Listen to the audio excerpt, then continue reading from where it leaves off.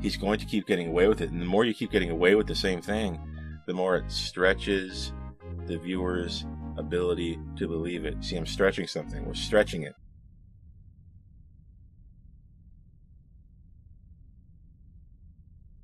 There it is. We finally found it. The legendary Goliath warp slug. What do you think? Are you up for a race?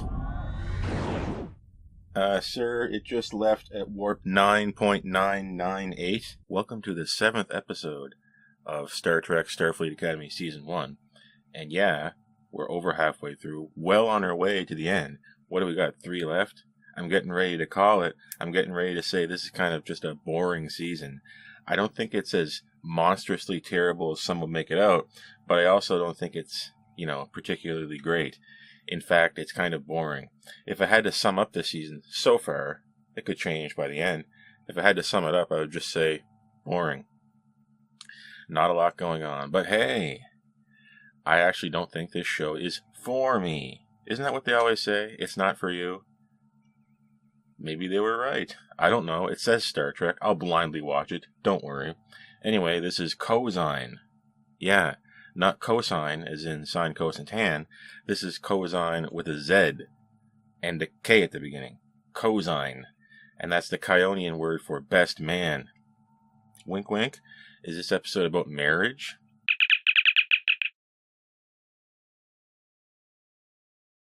Is this episode about being royalty from some planet and having prior obligations and your family life and your professional life in Starfleet being in conflict and you gotta choose which way you're going in life? Are you kidding me? Are you kidding me? This has been around since TOS. This plot has been around since TOS with Spock. It's been around that long. It's probably not even a Star Trek thing. This is probably just a story thing in general. Oh no, I have to go back to my home planet because reasons. And then I'm going to have to get married to somebody I was signed up to be married with when we were children. I'm going to use some new Trek examples. Remember Billups in Lower Decks? It's almost the same plot. He was royalty. So is Darem, our character in question. And now we're going to use even more recent examples. New Trek, Starfleet Academy, in fact. Remember when, remember that episode where Sam had to choose between her obligations to her people or her time in Starfleet?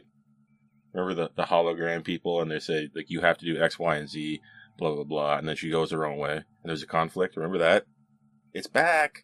Remember when Jaelynn, our Klingon friend, got into a conflict with his own family when he wanted to join Starfleet?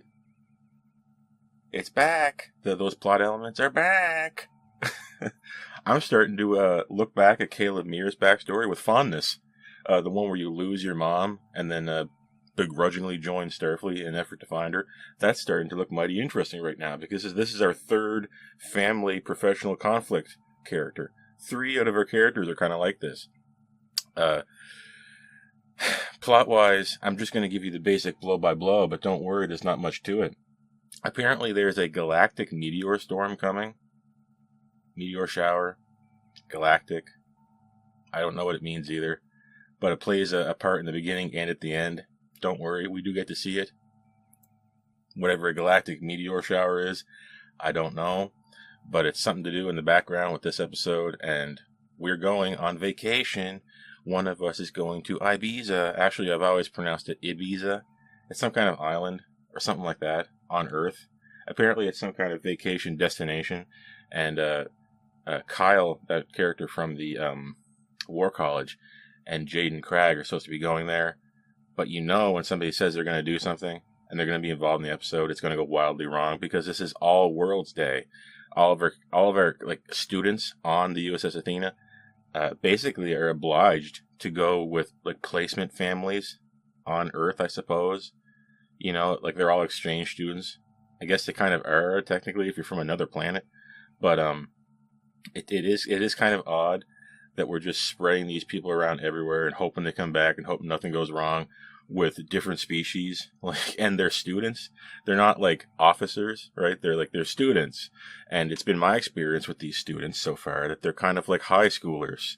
This feels like high school. It doesn't feel as emotionally developed as something that goes beyond that. So I do wonder how many incidents we have where people eat the wrong food and almost die with their placement families. I do wonder, forgive me. You see Genesis, our other character in our B plot, or A plot. I don't know. Both plots kind of feel equal here. Genesis Lythe is going to back with her family or something like that, and she gets taken. She gets taken out of the lineup by Nahla, and she gets said. They tell her that we're putting you in the pre-command stream for your education. You're going to be doing a lot more work, but we're going to groom you essentially into being a captain. And of course, Genesis Lythe wants this because she wants to be a captain. People who know they want to be captain that early might be giving you a side eye. The best captains are forced into it, aren't they? That's what I thought. Circumstances make you the captain. You don't make yourself the captain. Isn't that how it is? Genesis lied. Getting a little bit too big for your britches? But Nahla is fine with that because of her performance in the previous episode. And this is very much a breather episode. Last episode with the U.S.S. Miyazaki went a little bit south. And now we're taking some time to do some navel gazing and to smell the flowers. No, not that giant mutant flower from earlier on in this season, but there is some kind of organism that we do, I don't know, abuse in this episode, and you'll see where that comes into play a little bit later. Caleb Meir manages to finagle his way into spending time all alone on the U.S.S. Athena, which looks like what I would do. That looks pretty fun. We find him sunbathing. I thought this was a pretty cool turn for him because he was relaxing and not doing much, and he was just kind of sitting there minding his own business. Of course, this is ruined by Genesis. Genesis hacked the system in order to get back into the USS Athena to catch up on homework. Wink, wink, nudge, nudge, say no more, say no more. Although this turns out to be a clever ruse. They play a game called Toxic or Non-Toxic, where they go to what I assume is medbay or something like that, and fool around with captured organisms and chemicals. They put their hand in it to find out if it's poison.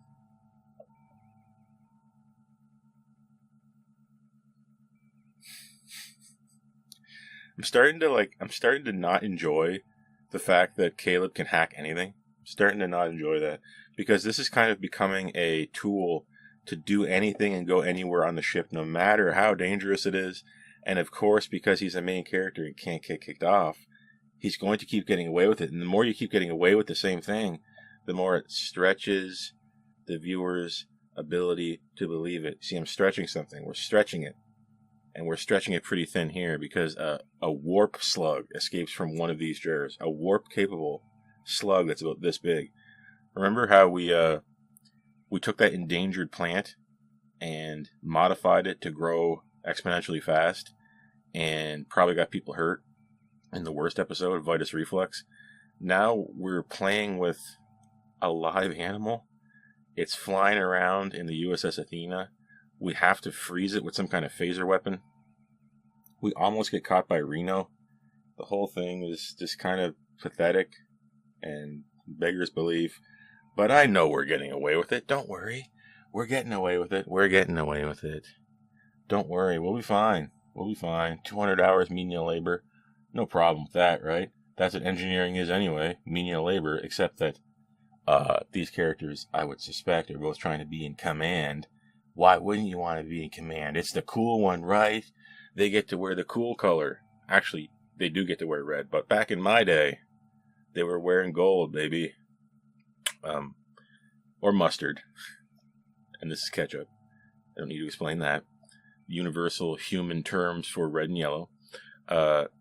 This all culminates in them getting onto the bridge. See, Caleb Meir is coerced into hacking his way onto the bridge, all so that Genesis Lythe can play around with the captain's chair and create a chip that gets her access into every data bank in the ship.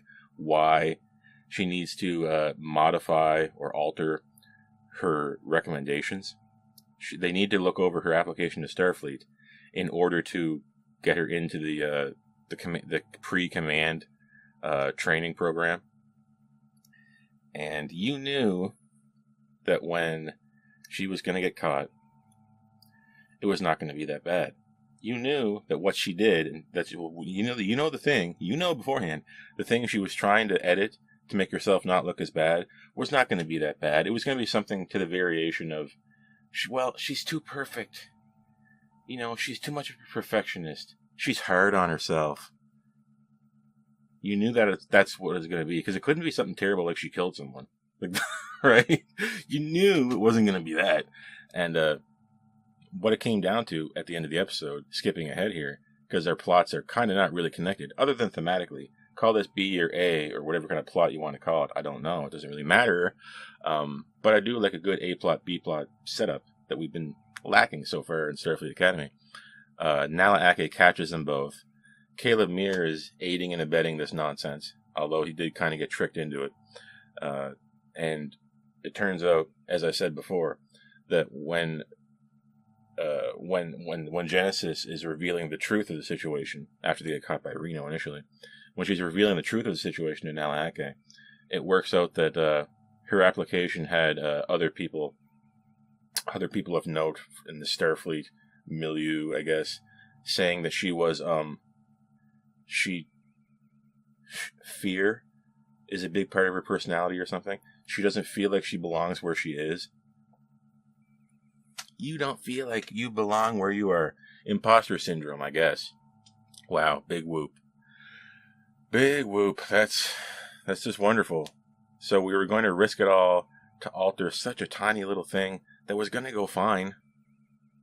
But we are kids, after all. We're not socially developed. I guess we're just kind of dumb, even though we're not in high school. And it's time for those days to go bye-bye, baby. All that nonsense goes bye-bye. It goes down into the waste receptacle where it belongs. Except we're back. That about ends our Caleb and Genesis plot for this episode.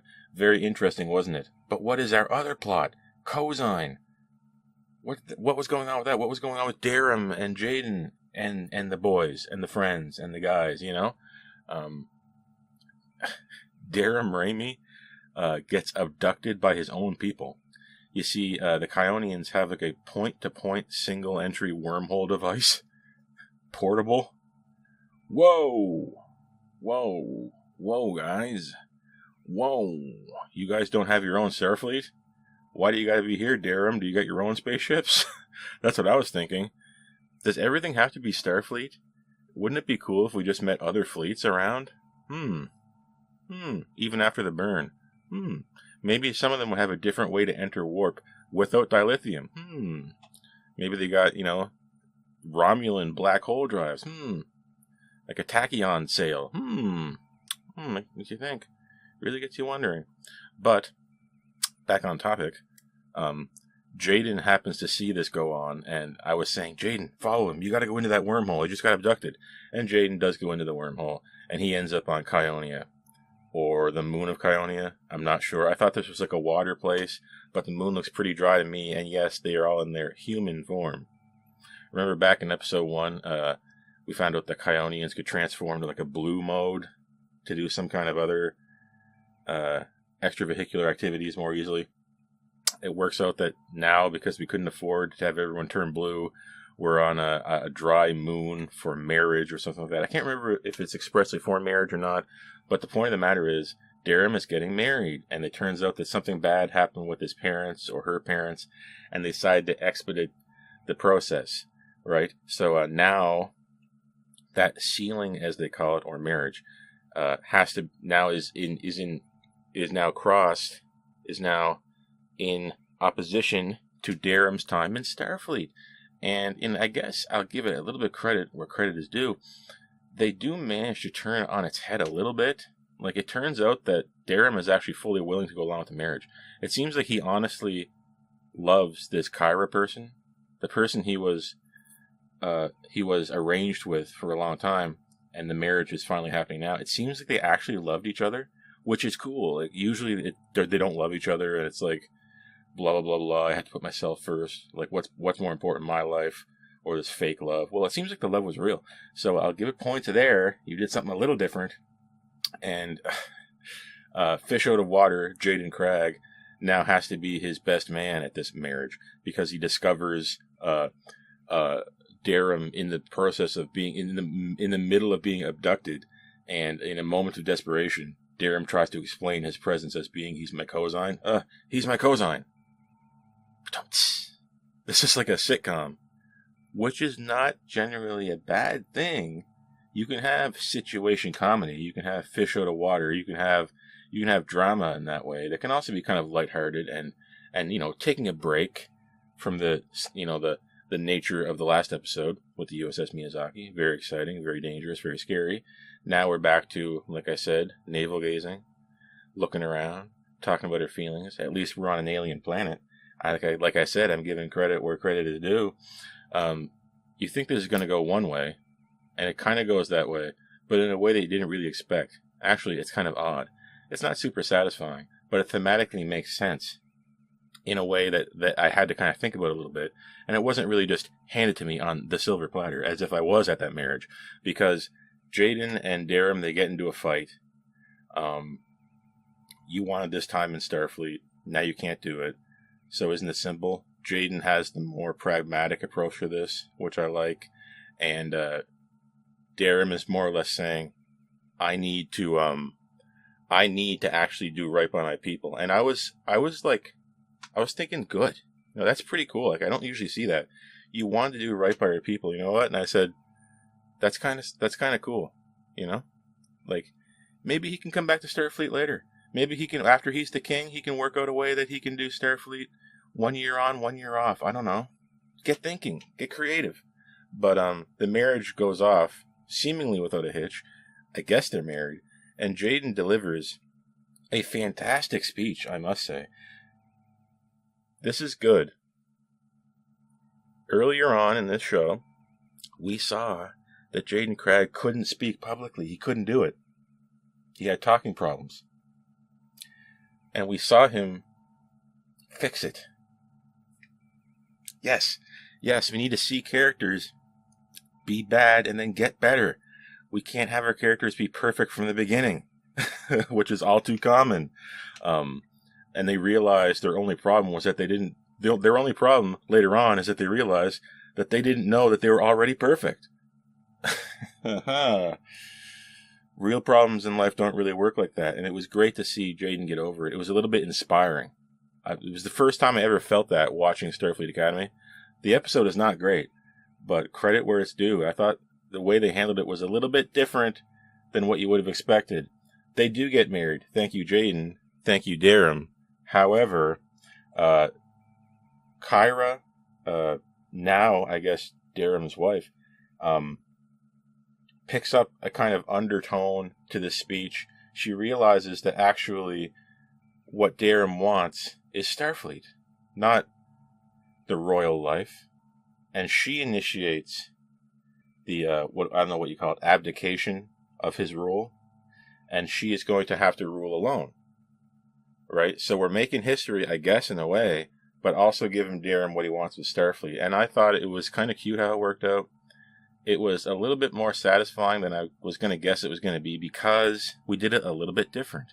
And you see our A plot and our B plot both have characters deciding which direction they're going to go in life. And they have an accomplice, right? So Genesis has the Caleb Mir accomplice, and Darem has the Jaelynn Kraag accomplice, right?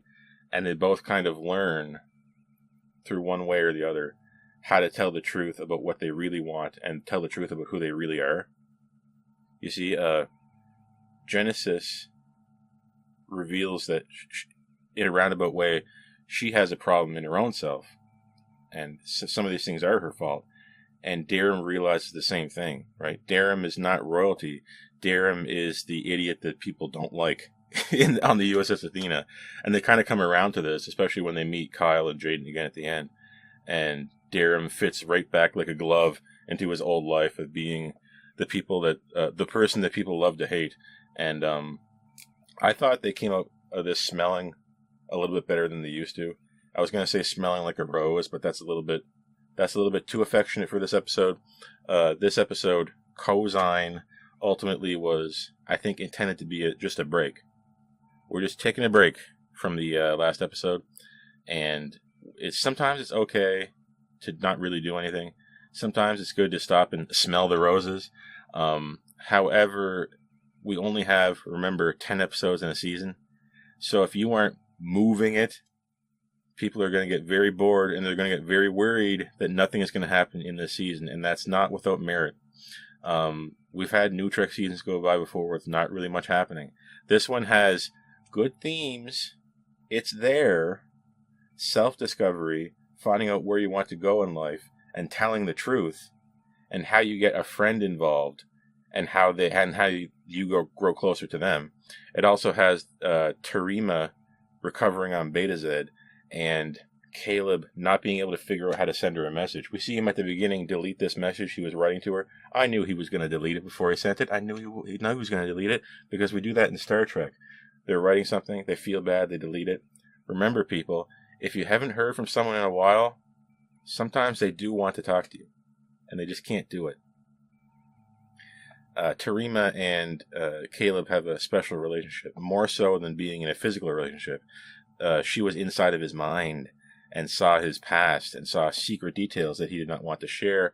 So they're connected psychologically. They're connected psychically. And I guess that makes this a little bit more difficult, especially now that this is a long distance kind of relationship, until she returns to Starfleet Academy, I suppose, in the next few episodes after the events of the U.S.S. Miyazaki.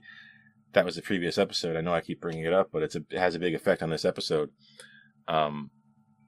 Plot-wise is where we're dropping the ball. There's not plot. Oh no, I'm getting married.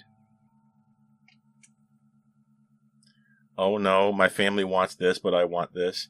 It's old, stale bread. It's been around forever. If I told you the plot outline for this episode, you could almost guess what was going to happen. Yeah. We're not winning on the plot. The themes are there. I appreciate when they're there. Musically, there's some more active, upbeat music in the background. I think New Trek, one thing for sure it's been better at, is the background incidental soundtrack. I actually thought that when we got around to Deep Space Nine, Voyager, Enterprise, the background music that was playing during the episode was pretty bad. It was pretty bland. But this time we're more in the realm of TOS. It's more active. It's more mixed. It's mixed higher in the total soundtrack, in the total soundscape of these episodes. It was active. It wasn't pulling me along. It was reacting to what was happening. It felt like it had an energy to it. It was there, unlike most of the things from old Trek, not counting TOS or the movies. This does not count for themes. This does not count for intros. Most New Trek intros have been absolute garbage. So don't misunderstand me. I'm talking about the background music of the episode that plays when you're watching it. Visually, we got to go to another planet. Yeah. We're doing some sci-fi stuff this time. We're on another planet. We're looking at a warp slug, whatever that is. We're on the bridge. Some stuff's happening. And it's science-y, and it's fiction-y, and it's better than nothing. I still want to be flying around in a ship, though. That would be cool. I would almost rather that the U.S.S. Athena just stayed in space, or stayed in Earth orbit even. Who knows? But overall, all that out of the way, I'm going to have to go ahead and give this episode a 4.5. That's the best I can do, and I think that's being nice, because the plot is so ineffectual and boring and useless, but the themes and the visuals could kind of get you over the hump, but it's not quite as necessary or as compelling as, say, the first episode, even, or indeed the last episode. This one, sadly, it just doesn't insist by its own merits that it needs to be there. And sadly, a lot of the episodes I feel that are like character building episodes are failing in that regard, because that's where you need to be really good at the writing. You need to have an interesting plot. You need to have characters that have flaws that they overcome in a serious and dramatic way that we're not really getting. So you're feeling this hard on plot. Now it's starting to affect your score to that degree. Think how bad that must be. Anyway, with all that out of the way, I am Lieutenant Mark, and I'm going to see you when we return for the 8th episode of Starfleet Academy Season 1. We're near the end. How's it going to end? Who knows? So long.